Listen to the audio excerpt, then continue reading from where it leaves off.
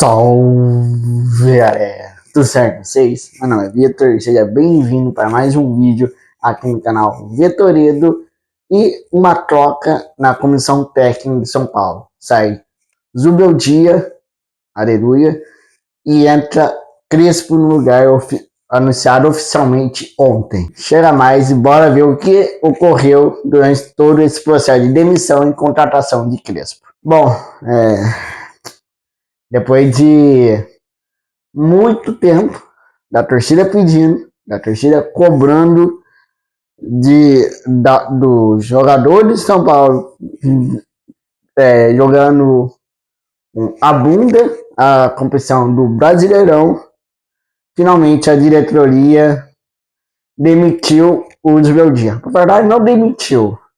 Após o vexame que tivemos contra o Vasco em pleno Morumbi, o Zubeldia simplesmente pediu demissão do São Paulo. Ou seja, não foi nem um ato da diretoria, não partiu da diretoria em si. Por quê? Porque tem vários problemas na diretoria de São Paulo.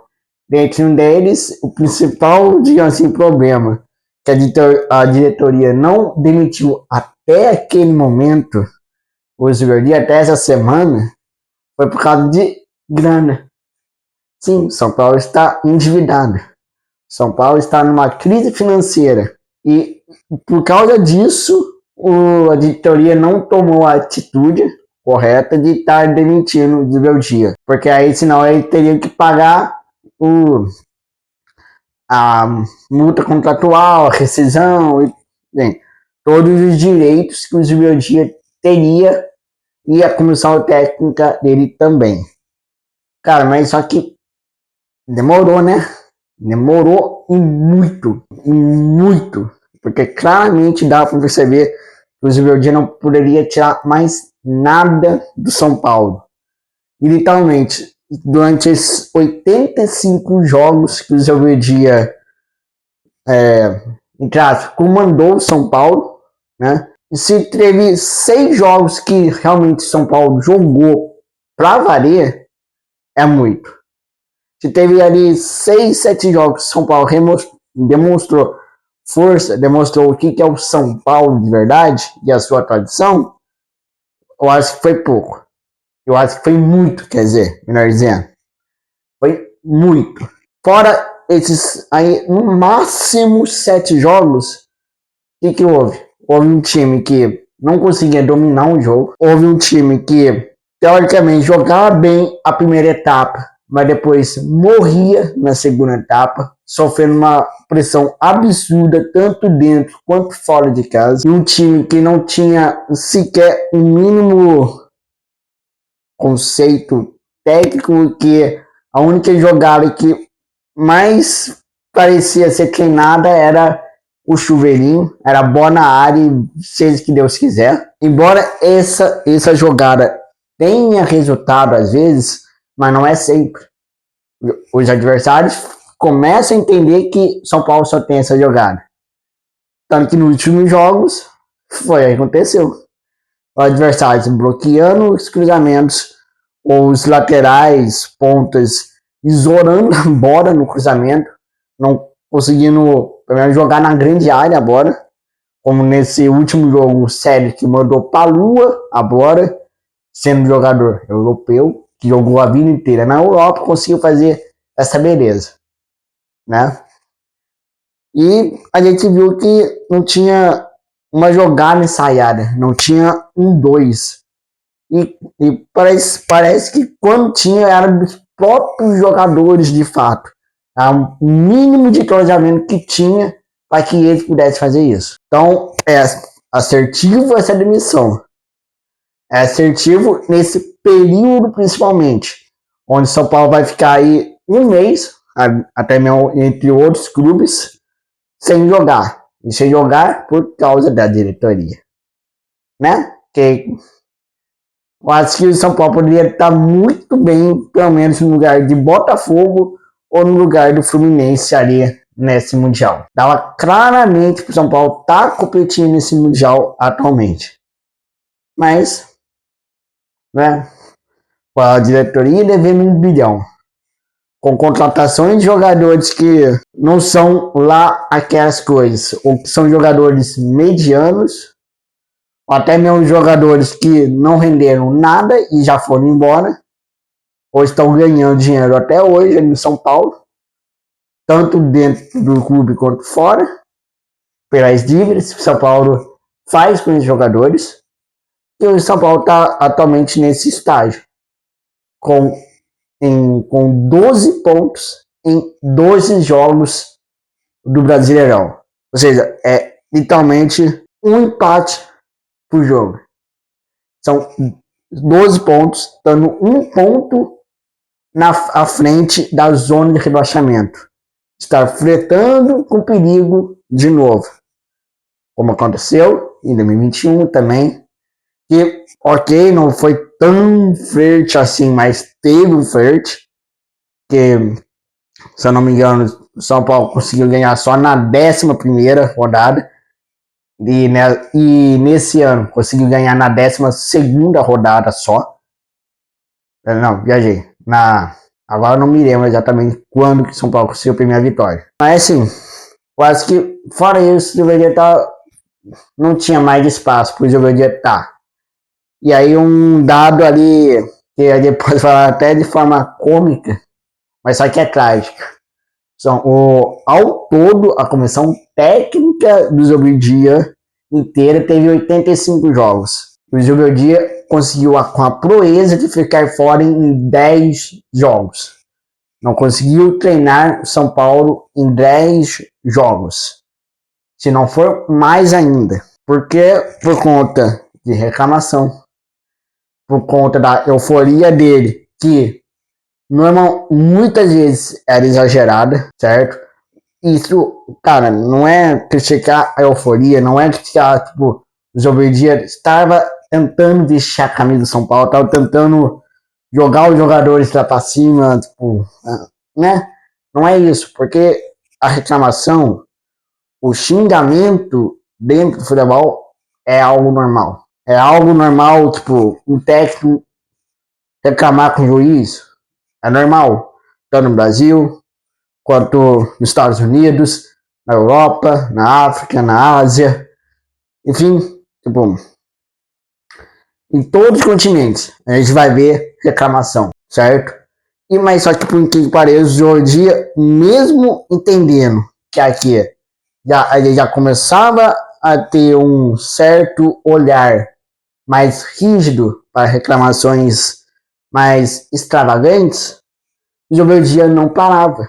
E toda vez era um cartão amarelo, ou era um cartão vermelho, ou era uma suspensão automática, uma suspensão pelo STJD, né? Então, parece que o Zubeldia não entendia isso e prejudicava o time ao mesmo tempo.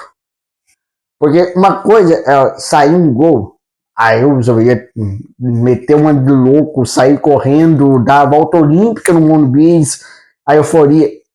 É aí normal, tá? Beleza? Ok, legal, comemorando junto, dá, incentiva mais, mas tudo tem limite, tudo tem um tempo para poder fazer. E o Zubeldia parecia igual o começo do trabalho do Abel. O Abel também era assim, também não tão extravagante, eufórico, a gente via claramente, mas era muito reclamão. Xingava muito, reclamava muito com a arbitragem. Só que hoje em dia, embora ele faça isso ainda, ele tem se controlado mais. Tanto que muitas vezes que a gente vê o Abel que vai tentar reclamar, ele tentar fazer alguma coisa e se controla. Ele não fará nada, mas ele gesticula, ele faz gestos, ele explode dentro de si mesmo. Faltou isso pro Zubeldia e atrapalhava o time, certo? O Zubeldia teve aproximadamente aí 55, 56% de aproveitamento, que é um aproveitamento muito baixo, certo? E nesse ano, porra, é legal. Foi a segunda melhor campanha da Libertadores, ganhando 3 jogos fora de casa na fase de grupos. Pô, ótimo, ganhando todos os jogos. Literalmente todos os jogos fora de casa ele ganhou. Mas dentro de casa deixou a desejar. Porque realmente, se a gente tivesse ganhado 2 jogos dentro de casa, a gente estaria à frente do Palmeiras. Se a gente não tivesse bobeado naquele empate dentro de casa, que a gente estava com vontade, estava jogando bem no primeiro tempo, a gente estaria até mesmo na frente do Palmeiras, que teve a melhor campanha. Então, foi certo. Mas e agora? Agora a gente volta a olhar a um antigo conhecido. A um conhecido que nos tirou da fila de troféus, da fila de espera de ser campeão. Eu estou falando dele, Hernan Crespo, que tem muito mais história no futebol que o Juventude e até mesmo que muitos jogadores do São Paulo. Crespo volta ao São Paulo com contrato até o final de 2026, sendo que era o único técnico que era disponível e cabia exatamente nos planos financeiros do São Paulo. Acredito que foi só isso que fez a diretoria chegar logo e chamar o Crespo. Pelo amor de Deus, venha, porque a gente não tem dinheiro. O Crespo estava livre no mercado. Tinha se demitido do antigo clube dele, que se classificou para o Mundial. Certo? O Crespo, por onde passou, ele foi campeão. Foi campeão da Sul-Americana, com Defensa e Justiça da LDU de Zubeldia. Foi campeão pelo São Paulo, tirando o time da FIRA, de 9 anos sem ganhar nada, contra um dos maiores rivais do São Paulo, que é o Palmeiras. Foi campeão também agora no time, se eu não me engano, da Ásia, se eu não me engano. Da Ásia não. Então acho que a gente sabe como é que é o estilo de jogo do Crespo. E a gente sabe como é que foi a passagem do Crespo em 2021. Em que a diretoria simplesmente só falou pro Crespo, ganha o Paulista. Pelo amor de Deus, só ganha. Traz esse título, essa taça para nossa casa. E foi o que o Crespo fez. Ele cumpriu. Pediram e ele cumpriu. Só que teve as consequências. O Crespo, naquele ano, esticou tanta corda que acabou prejudicando o próprio time, porque aí veio a consequência de lesões, atrás de lesões, atrás de lesões. Porque agora, atualmente, também está nessa mesma nhaca. Várias lesões, vários jogadores que demoram para retornar e até mesmo se retornar após o Mundial pode ser uma coisa muito boa, obviamente, mas pelo jeito que tá, eu acho que se voltar 2 jogadores, a gente tem que soltar fogos. Espero que volte a maioria dos jogadores que estão no DM. O Luiz Gustavo, por exemplo, já voltou a ter trabalhos físicos. Então, beleza. E esse pode ser um outro jogador que vai voltar. O Marcos Antônio já vai voltar mesmo. É para ter voltado contra o Vasco, não voltou. Mas acredito que já vai estar à disposição também. Mas temos outros.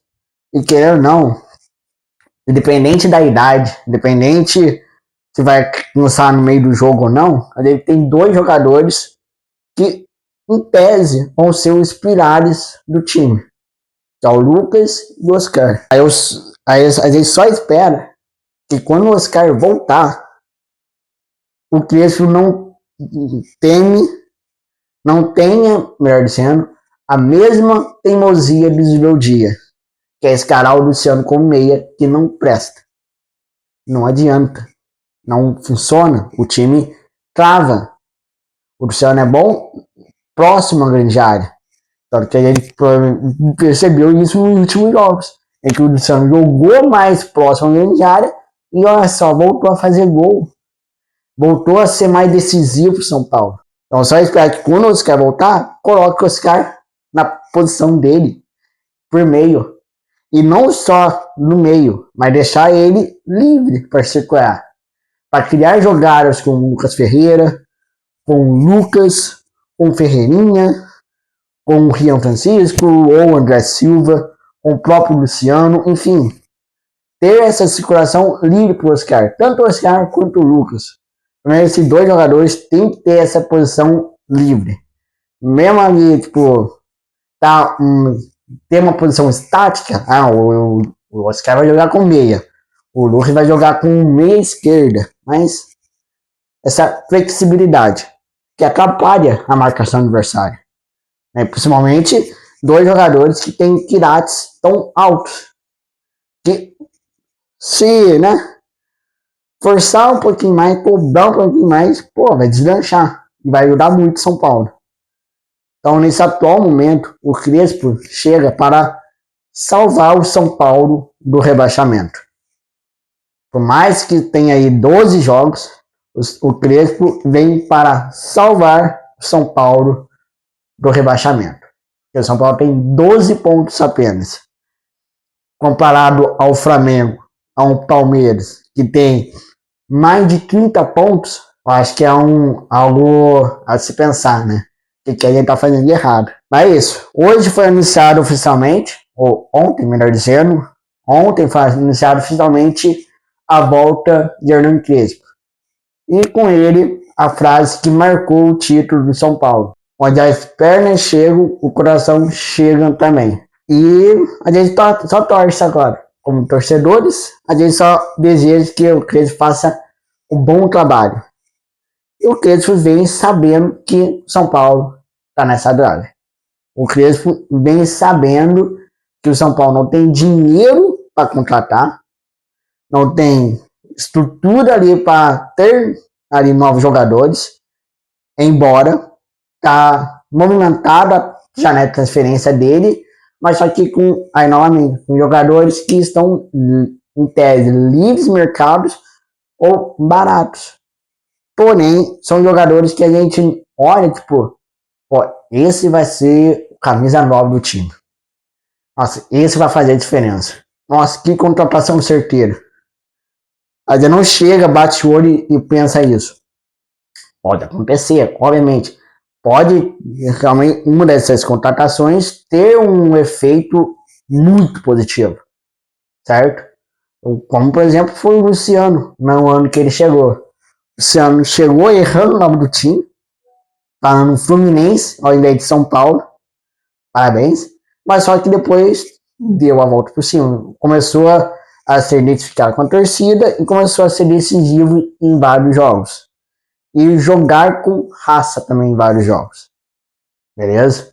Então, esse foi o vídeo de hoje, trazendo aí essa atualização do São Paulo. E o São Paulo deu a proposta oficial para a contratação do Biel, que é um ponta, se eu não me engano, por empréstimo. Sendo que com ele tem Corinthians e Atlético Mineiro também na briga por esse jogador.